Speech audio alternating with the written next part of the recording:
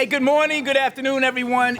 My name is Al Taylor, Assemblymember Al Taylor. I represent the 71st Assembly District, and I am so glad to be here this morning.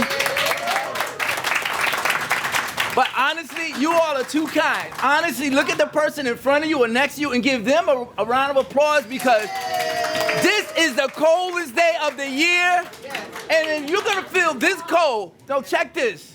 If you're gonna be this cold in New York City, there's only one doggone place you wanna be, and it's Common Good. Right? So Domingo, thank you and your team for opening up your space and allowing us to be here and making us feel nice and warm and cozy and fuzzy inside. Now, I heard you drink to everything, girl. God, she'll drink to that. So again, I am Assemblymember Al Taylor, and I am a representative of this community, and I'm no stranger here. But today is the first day. It's called Coffee Chat. So I've invited my constituents from the 71st Assembly District, whether you're in Washington Heights, whether you're in Inwood, wherever you're at, and if you saw us on that link, what is that? Link NYC on the little kiosks. That's what I was gonna say. On the kiosks, everybody is welcome, right? So I want to start by saying thank you and acknowledging some people in the room. Certainly, let's give it up for Domingo one more time, because this place is popping. And I'm just gonna say this: we don't have to go to that other place with the S on it to feel like we at home. I'm just saying, this is not a corporation. This is a family-owned business. I just said that place with an S on it. And so here we go. And here I have Calvin Solomon. If he would raise his hand, he's with the Special Narcotics Prosecutor's Office. And people say, well, that's good. That sounds fancy. What do? They are on the bench of taking down, excuse me, cállate la boca, por favor. So what the Special Narcotics Prosecutor's Office has been doing and continue to do is they're not 5-0 on the street, but they have the entire New York City, and they've been driving down the fentanyl that's coming across the border. So that's one of the things that he do, okay? I want to put context to it. And now I stand here, but I'm not here by myself. It's the constituents, but it couldn't happen without labor and the people that do what they do. So I want to make sure that I represent by acknowledging the two representatives from one of the greatest unions in the country, 1199. And right here, you have Chris and Jonathan and somebody else. There's three of y'all, isn't it? It's three? Oh, you gotta be yourself. We got it. Oh, that's not a two. My bad. Everybody give a hand for Chris. Okay, hey, I gotta cut down on the coffee. And also, I want to acknowledge, and they'll tell me what I can and cannot say, but you know, right now, the world is litigating everywhere. The guy with the orange hair is in more courts. He's probably breaking records for being indicted more than anybody else, man. It's like, there ought to be a law for that, but there is, but he continues to break each and every one of them. But we're not gonna have that conversation because I can't talk about that. I'm just gonna say the orange-haired guy. But I want to acknowledge Darlene Bruce, who is a candidate for civil court. You can wave.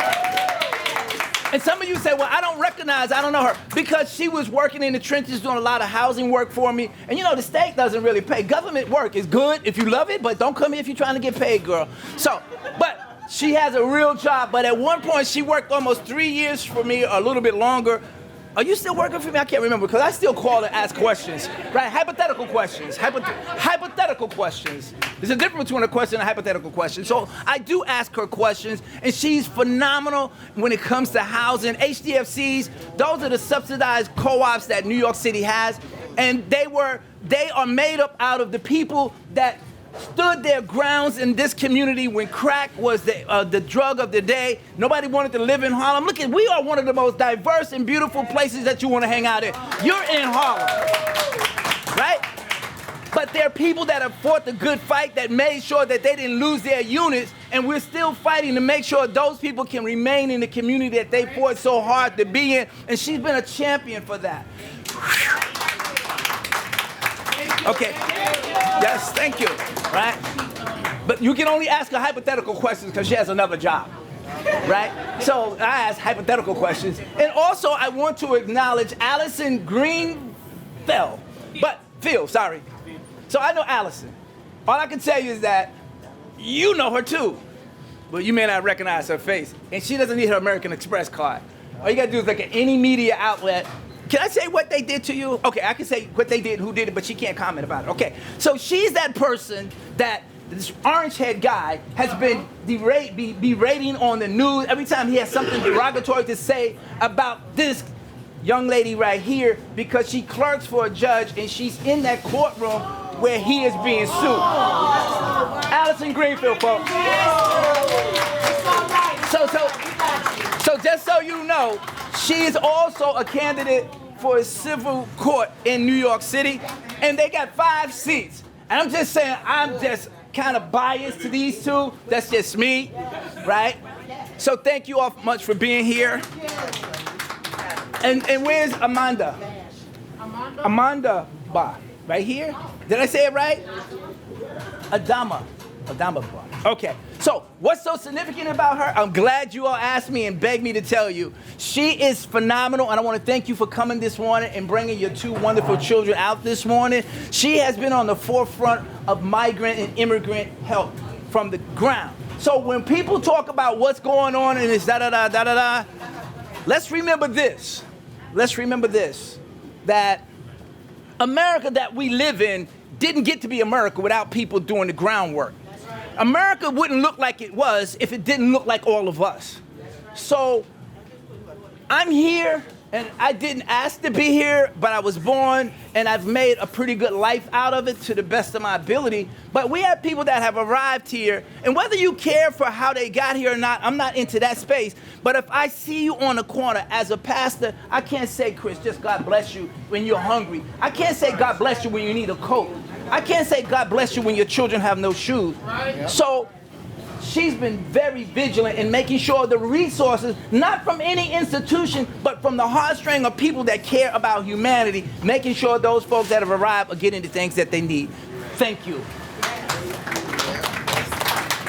Okay, I see the chief of staff has arrived. The other chief of staff, right? So he represents city council member Yusef Salam. Make some noise for Jordan Wright. So since I'm giving everybody else some information, right? Wait, hold on. What is Aaliyah? Aaliyah. Okay, I saw her. She's just amazing. Aaliyah, thank you.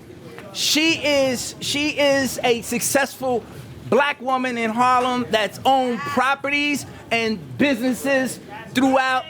And look at that. She's not Rebney. She is a woman that grew up in the community, that gives back to the community. So thank you for joining us this morning. So justice is important. And people say economic justice, humanitarian justice, justice for all, yada, yada. But when we talk about justice, if you're from the village of Harlem, I know I'm giving you history for a lot of people. And we have Jordan Wright over there. His grandfather was the legendary Bruce Wright. And Bruce Wright was called Turn 'em Loose Bruce, right? Because he was able to look at a situation and make sure that individual standing before him had every appropriate benefit that they could get. And when it came to bail reform, he made sure that it fit the individual. You say, you know a lot about him. Yes, because at 16, I was standing in front of that man's grandfather. At 16, he saw something in me in Harlem that I didn't see in myself. At 16, he gave me an opportunity to join the military, where I became a military police officer with no high school diploma. So what I'm saying to you is, when you find yourselves in front of these women or his people like his grandfather, they come from the community that they represent, and they have an understanding that justice will be meted out according to what's in front of them. So I just can't say enough about his grandfather. He been very good to me, you know? Right? Right? Okay, so I'm just making, these are just the acknowledgments. Y'all think that's some way, and I get to talk. I haven't even started talking about me. I can do 20 minutes of that. But they didn't tell me to talk about me. They told me to talk about what you're going to do. So before I can do that, let me introduce my staff. Zoya. Hello. Yvonne.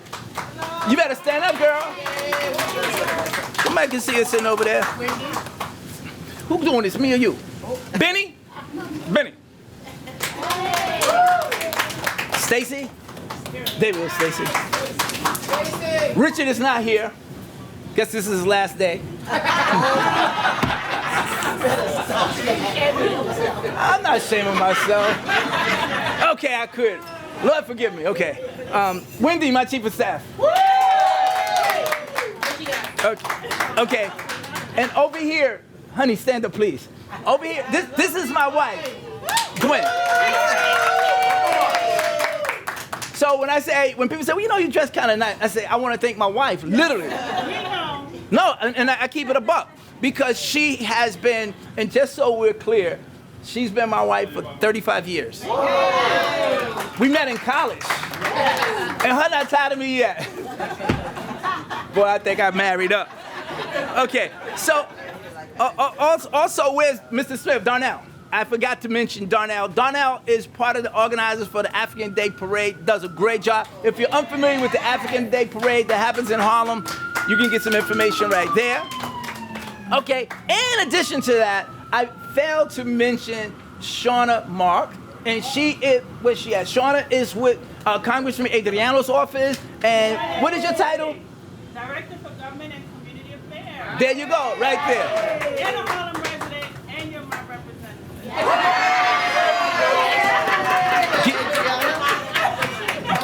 Give her an extra ticket. So, I think I mentioned everybody. They're like, Lord Jesus, there's more. This is like going to church. You're like, when is this thing going to end? I promise it won't be that long, but that could change. You know, long is relative to what? It's not a 2-hour conversation, but it could be an hour and 55 minutes and 49 seconds. Okay, here we go. I just want to come and share a couple of talking points. We just recently did, the governor did her budget. She released her budget just a couple of days ago in Albany, and we were all there sitting and listening. So I just want to share some of the things that are going to be before us and some of the things that we hope to champion this year. One of those things, everybody said, what's that one thing? What's that one thing? I did that backwards. What's that one thing y'all want to see? Shout it out. What's that one thing? No. More money. She's good. She pays attention to detail. So years ago, there used to be, before most of y'all were born, if you went to a party, they said, shout your zodiac sign out. So they're listening. Okay, but what I want you to do is shout out that one thing that you think ought to be there. 1, 2, 3, shout it. Housing. That's only one time. Thank you. Okay. Okay. So let me get down to the meat and potatoes of this, and I want to give you a rundown of what she's proposing. And I don't want to do a civic engagement class right here, but you have the Assembly, the New York State Assembly, which I am a member of and proud to serve in this district, and then you also have the U.S. Senate. I mean, not the U.S. Senate, the New York State Senate, which is Senator Cordell Clear. She'll probably be joining us a little bit later. And then you have the governor.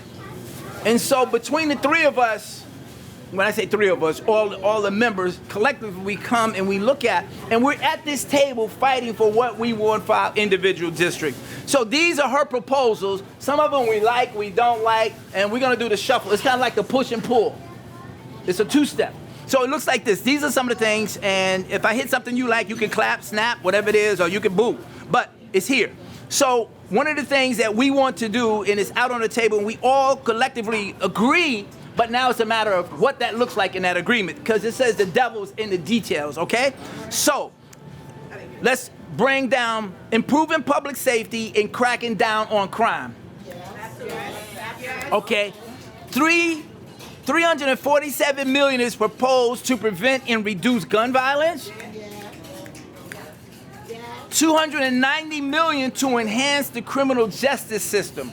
So what do you mean by that? You want to be able to make sure that individual, he or she that has been arrested or detained, is getting through the system expeditiously, and their rights are not being abbreviated, violated, all that. So they need money. So one of the conversations that I had with the district attorney for Manhattan, he mentioned that one of the things more important to him was bringing more money to the court system so that they can do the work that needs to be done.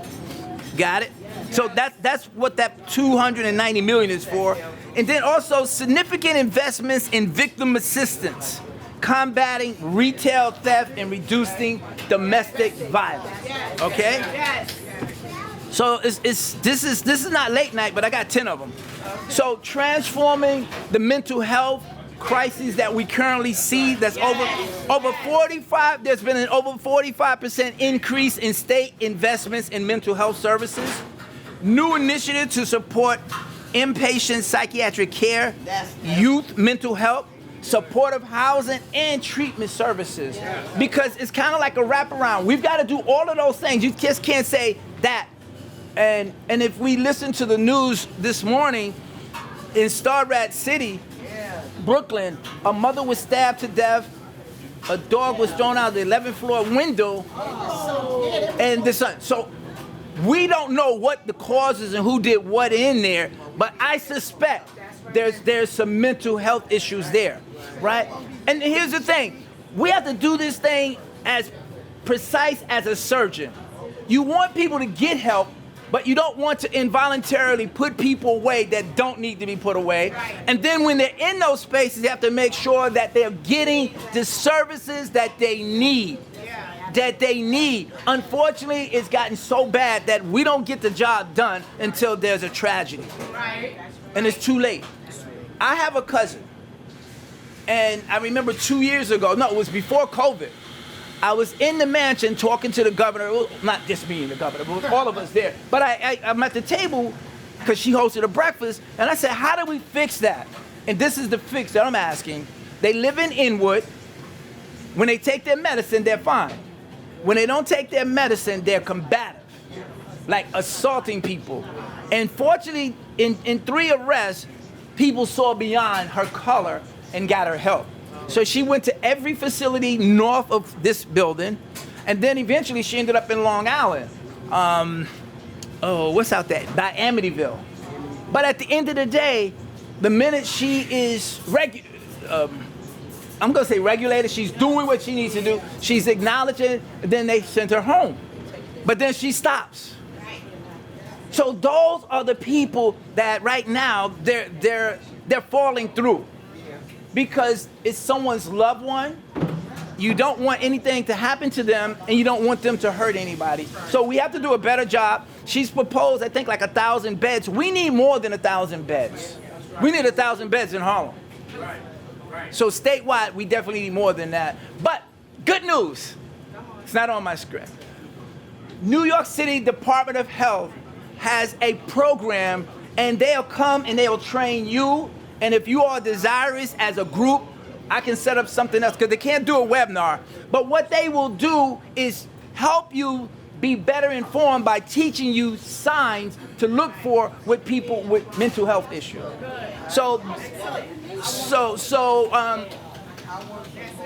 That's a good response. So my staff like, you giving us more work. They're like, y'all's clapping. They be like, no, he did. Yes, he did. Okay, here's some more stuff. So we have record-breaking investments in public education, $35.3 billion in total school aid, the highest in the state's history. Focus on evidence-based literacy, instructional practices, and extension of mayoral control of the school system. So, and when I say it's a give and it's a take, like the mayor and his cadre of people will come to Albany, and you know they're there because they're all over the place, and they're like 5-0, they knocking on the doors, they got requests. It's almost having subpoenas. You know what we want, right? I'm like, hey, I hear you, but you know what I want over here. So you do the 2-step out. What, the cha-cha-cha, you go up, you go back. What do you want? Okay, we can work that. Let's get this rhythm going. And what is it that, when I say we want, it is the voice of this community and communities like this in which I represent, and we're trying to bring home the best that we can, okay? And I mentioned the 3 different people groups so you understand it's not all anybody's way. So last year we had a misunderstanding. Oh, hell no, we just didn't want to do what she was telling us to do. And we didn't really do it. So because we couldn't pass the budget, we went for like almost 3 weeks with no paychecks. But that's okay. I am down for the cause. And there's nothing that I'm ever going to do that will put a black or brown individual in jail just because it's expedient and it looks good that I did something. I'd rather have nothing, because if we don't do that, then we're saying, let's lock them up. No. And if you have to lock the person up, I'm game for that. But make sure that that person has done what they said they've done, you can prove it, and they've had their day in court. And not just, oh, you know what? So the snatch and break-in stuff, he got his job back. Everybody say hello to Richard. See, he got his job back, right? Give him a clap. He got a job. You didn't hear it from me, but somebody said he ain't got no job today. But I don't want to pass the rumor, brother. So Rich is also on our team. Thank you, Rich. So it's important that when we're dealing with the system that we're doing it fair. So also $35.5 billion for Medicaid and targeted changes for sustainable health care. Health funding for health insurance subsidies and those harmed by opioid and disability service. Promoting economic growth and opportunity, major investments in New York creates. What else I want to hit you with? Focus on revitalization in the small downtown community. So like we are bustling in New York City, but when you go up to some of those rural places, they like one stop sign, one traffic light. They're hurting. And how do we bring resolve there? And someone said, well, I'm not interested in that, but it works hand in hand. So, for example, New York City is a democratic city, without question. So what we want in New York City looks different to some of the Democrats in the northern parts of this state, in other parts, because it's a different look. And the people are more conservative in their population than not. So even though you may be the majority, you got to make sure that you meet everybody where they're at, because they've got to go back and sell this at home. So one of the things that I found really interesting, and it bothered me, when we were in COVID, when we were in the midst of COVID, every person that was a documented individual was able to get relief by this. You could either get unemployment, you could get the LRAP, you could get a combination of things. But the people that was delivering the food got nothing. They got nothing. And so for us that stayed home and dialed the number, we birthed this thing that you see out here right now. When you think about the Grubhub and everybody else, what's that, DoorDash? Yeah. Yeah, Uber Eats, them too. So the gig workers, they were delivering this food. It's a whole industry now. But I want to be kind. No, I'm just to be straight. There were folks of the Democratic Majority Conference that, because of where they came from in their communities, they didn't want to vote on a bill that would give these undocumented people some money. So let's say I'm making this number up. What I say? I'm making this number up. Y'all with me? Okay. Let's say we gave $3 billion to everybody that qualified. They were not willing to give $80 million to people that had nothing. No relief at all. And we had to fight on this thing. Like, really? They were like, so what's in it for me? As I said to you earlier, Chris, what would it look like if you're hungry and I said, well, God bless you, brother, you're going to be all right. And it's freezing outside. No, you got to do something. You got to put something on the table there. And they weren't willing to do it unless they could go back and tell their folks, look what we got, because they're doing that. Even though they hadn't gotten this they had received this $300 billion, $3 billion, whatever.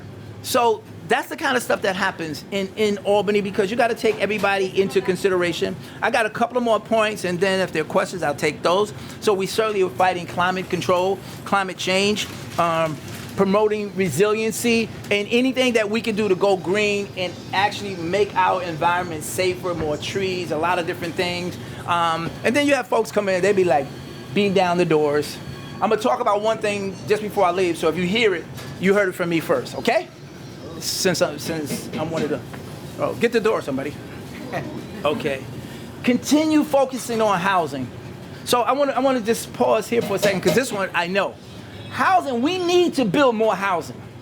So what happened was last year the governor had this robust conversation. She let everybody know, we're going to do this, we're going to do that, we're going out and we're building. And if you look at all the other big cities, New York State is not building the way the other states are. So they have this math that says every so many years you have to build this many units. You're creating more. Like, you can't open up new housing complexes without thinking about the impact of the education. You can't do housing without thinking about the impact on transportation. There has to be a feasibility study. So we know without question that we need more housing. Right. But there are places that have the NIMBY. That's not in my backyard. I know y'all need housing, but we're not going to do it in Long Island. We're not going to do it over here. We don't want that for any myriad of reasons, but we still need housing. Now, there's another proposal that suggests that we take the vacant office spaces and convert them into housing, apartments. I think that's great. However, I'm not interested in supporting that unless I can see the people from my community be able to get into those places. So if you want, so it's a yin and a yang, if that makes sense. I'm going to give, but what are we going to give back? So are you going to allow us to do that? I'm sorry, I just caught you. I'm like, oh, Justin Didi, good to see you. Thank you. So at the end of the day, yes, we need housing. The big developers want to be able to make sure that they get incentives. Yeah, we'll talk about that later. But what's most important to me, and I'm going to say this nice and loud and clear, yes, we need some form of 421A. We need some version of that. Now, I always like to see myself as evolving. If you are the same person that you were 6 weeks ago or last year, there's something wrong. You just stuck somewhere. And me, I like to take the challenge.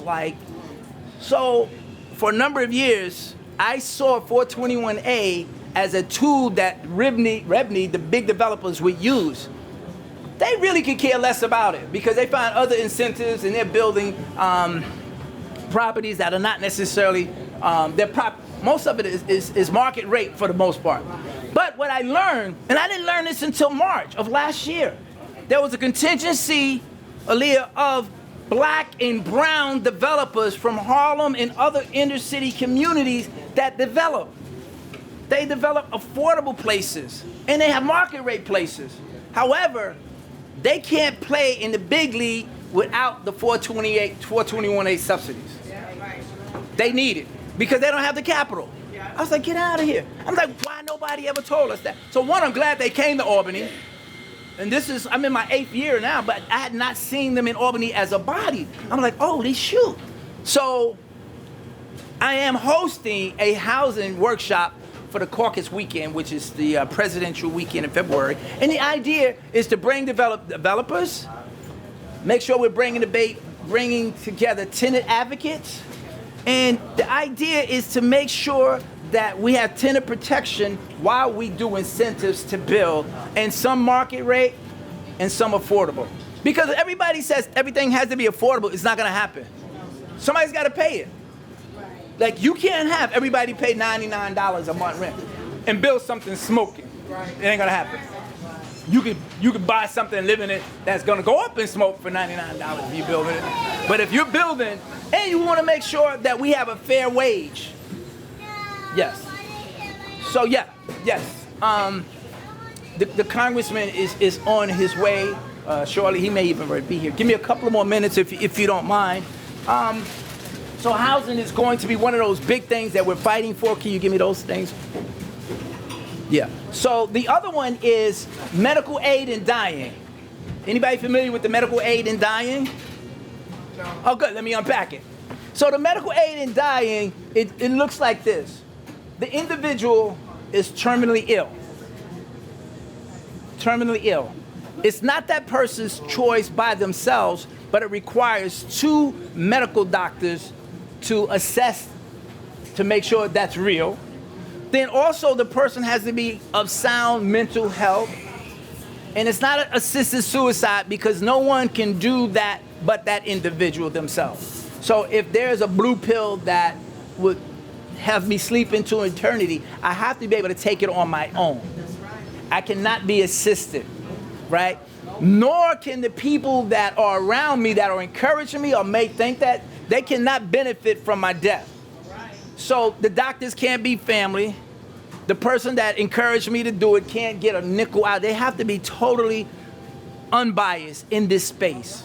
So I bring this up because when the bill is like 10 years old, but I recently signed on to the bill, and people have been blowing up my email. They say, you are a pastor. I said, I didn't do this in the capacity of a pastor. I did this in the capacity of a son that lost his father in April. I did this in the capacity of a son that his wife and the son took care of my dad for over 3 years, and he was deteriorating. But over and over again, he said to me, I don't want to live like this. So the first time I heard it, I polished it and said, okay, I categorized it, because what I thought I heard, I didn't want to hear. I didn't want to acknowledge that. And I said, well, maybe I need to do something else. Maybe he's having a day, I need to encourage him. But it became more rapid over and over again, and I understood it. I didn't want to receive it, but I understood. He was saying, this is not what I would have chosen. So, and the people that are that sponsored and the advocates that come in for the medical, dying, and aid, when I saw them in the hallway, I would go past them like, yeah, y'all know I don't want none of that. Hey, how y'all doing? God bless you. I'm like, literally, like, you see these people in here, like when you're going through that corridor, you see these people in there, like they got the bright yellow T-shirts, and it says compassion. I'm like, yeah, I hear you. And I stayed that way, Chris. And I don't know where this shift happened, but about a month or so, maybe 2 months after my dad had died, I was speaking with one, they caught me, and it all just came full circle. And I was like, it's heart-wrenching when you hear the stories of the survivors, their spouses, their children, and the agony that they go through. So all they're saying, and nobody has to do it, if you want to do that, it's not a one and done. There's a process that you have to go through, and if you want it, it's available. It currently exists in 10 other states. And in those 10 states, so far, so good. At least if I've got it. So I've heard people say, assisted suicide. No, it's not that. It's not that. And how can you do this? Listen, I have to answer for myself to my creator. But for what I experience, I wouldn't want anybody else to have to experience that going forward. So that's why I put my name on the bill, and I didn't do it on behalf of my church or any Christianity group. I did it as an individual person that had experienced that. And if you had that, then you don't really want to have to experience. If you haven't, you don't want to have to experience it. So that's the medical aid and dying. I think I'm just about here. Anybody have a question for me? Oh, thank you very much. Oh, sorry. What can be done to help facilitate the process for these young men who are working in the program, these families who are working, doing everything they need to do? What is there to do to facilitate them getting out of the shelters after 2-3 years with full-time jobs or working 2 jobs and doing everything they're supposed to do? So in case you didn't hear her question, it was a question concerning individual that's living in the shelter, working, has a job, has a voucher, but still has not reached a place to live that he can call his own, correct? And there's some others. No, absolutely. I agree with you. So it's interesting. I just actually had a meeting with the new CEO for the Doe Fund on Tuesday in my office. She used to be with Hope. So I get it. One of the things that we need to do on the state side and on the federal side is incentivize so that there's more money on those vouchers. And here's the other part. Once you get a voucher, it's not like it used to be. There was a time if you could get a Section 8 or a subsidy voucher, it was money on the table. And property folks would take them. Now it's kind of like, let's make it like this. I'm making up a number. But for every unit that's available, there are at least 100 applicants. At least. So now, it's illegal to discriminate against someone with a voucher.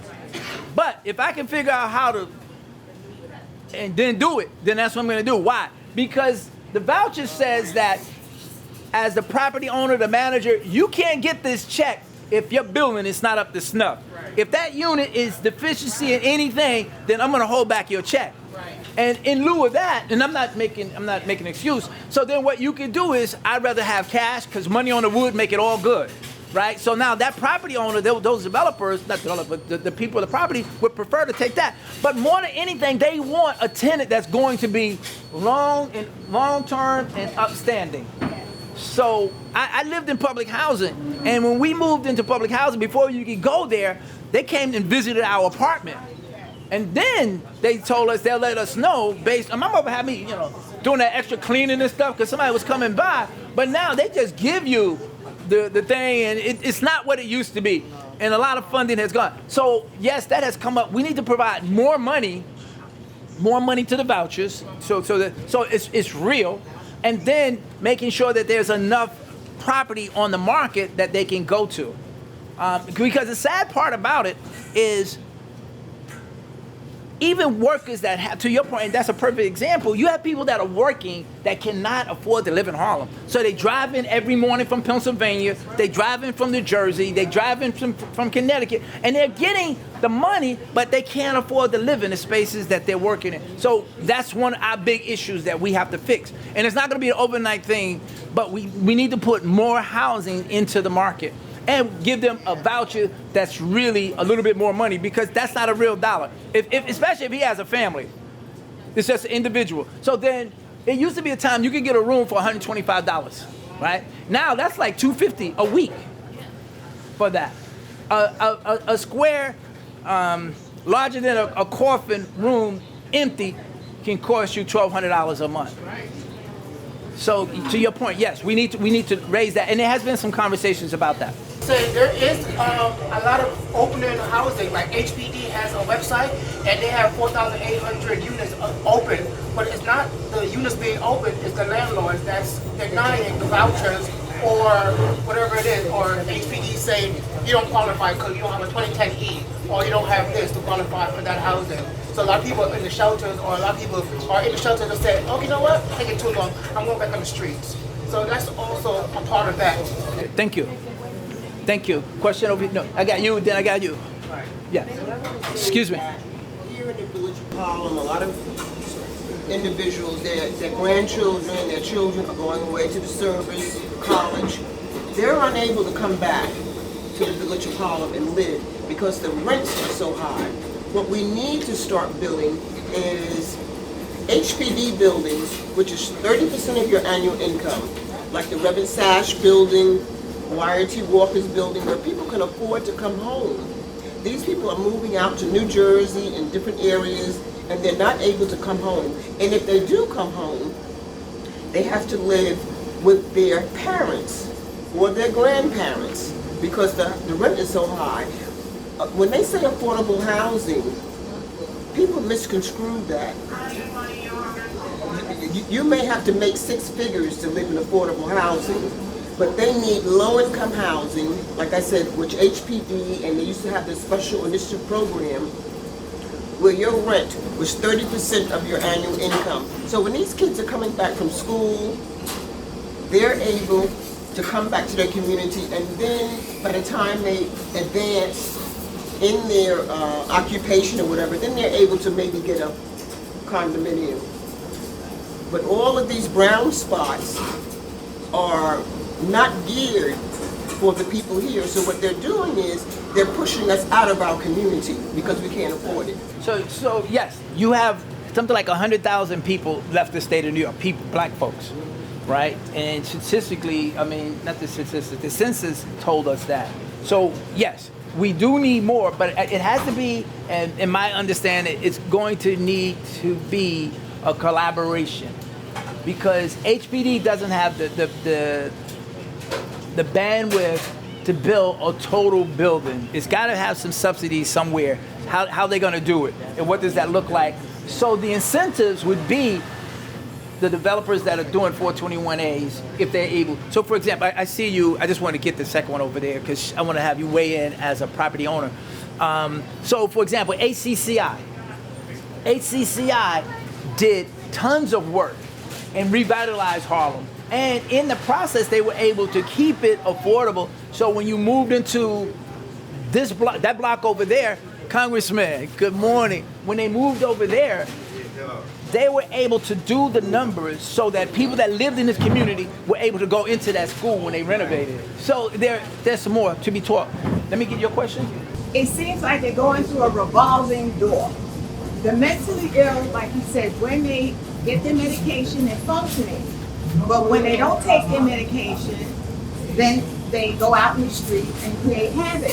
Has it ever been considered to put them in group housing where there is someone to monitor them and give them their medication every day before they go out to work or in the street. That way you have some control, and they would have to have the medication before they leave, and they could be more productive. So her question was, has there been an opportunity where there's a facility where house them? So it's yes, it does exist. So the question was, I see her and then I see you.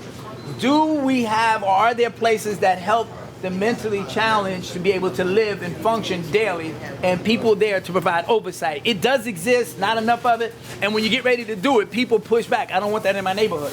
But we need more of that and other things that keep them from revolving. So I'm gonna take this one and that, and then I have my congressman, but let me go right here. No, she had a question, and I'm trying to keep the order that I pointed. Yes, I just wanted to piggyback on the comment the woman made over there about children and grandchildren coming back and not afford. Not only are the rents too high, the low-income apartments are too low. So they're in a very weird predicament where they don't qualify for the low income and they don't make enough for the market. So there needs to be thought around for our kids to come back. You know, my niece just graduated from college. She can't come back home to live. She's living with her dad because she can't afford to live in Harlem. She makes too much for low and not too much for market. So for our kids to come back and for us to stay in our community, so our numbers don't go down as African Americans here, we need to think about our babies that we're sending off to school so that they come back where they grew up. That's some thought on that. So that was a piggyback on what you said, so that folks can go and come back. There is work. There is work. And so that's excellent. Thank you so much. I've got you and then you, right? And then I have my congressman. But I just want to say, but that's part of the whole discussion that we'll have when we get into the conversation regarding housing with the governor and what we position ourselves. So we'll have those things. Congressman, I got you coming right up. I got two more. Yes. I just wanted to say what my they say 145th in Amsterdam, the big medical building. Yes. I heard they're going to tear that down. That building's coming down. And they're going to put mentally ill people there, like they live there. Or drunk people or whatever. It's not supposed to, and there's still the two-step conversation about that, and that's 2 years old. But that building is designated to be renovated. And what I objected to was the fact that they didn't use anybody local to build the property. There are plenty of people here that do the work, that do great work in our community, and don't have that stigma. So, but it is in transition. Thank you. Yes. I just want to make a comment. It's the homeless and it's also housing. I retired from the Department of Homeless Services 2 years ago. I'm very familiar with the process. When it comes to the homeless, there was a program that was created where one time Mr. Adams was picking up the homeless, putting them in these shelters, and some had mental problems. Now, I don't know if they follow up and they still do this program because I know some people that still work there. But what troubled me, and it still bothers me, that in that subway, I'm sure you all heard about that man sleeping with those rodents. That was a mental problem. Did they follow up, and he should have never been in that subway like that when this mayor and the people that passed, which I know about, have a program where you ought to pick them up and bring them to the Bronx shelter. That needs to be corrected because they are human beings, and there's a mental problem of that individual. He should have never been left when they identified who he was. And that's all over social media. And that breaks my heart because this mayor have this program, so he needs to follow up and get these people out these subways, evaluate them, and get them some help. Yes, thank you. So again, on the mental, do this. Hey folks, mental health is serious. And here's the other thing that we're not even talking about. Most insurance companies will not let you stay in the facility more than 72 hours. So you're not getting reimbursed for it. So it's more than just that, but you have to fight that part too. So we're pushing that out of the governor's initiative, and what we're going to be doing is making sure that the insurance companies pay their share to help us do what we have to do.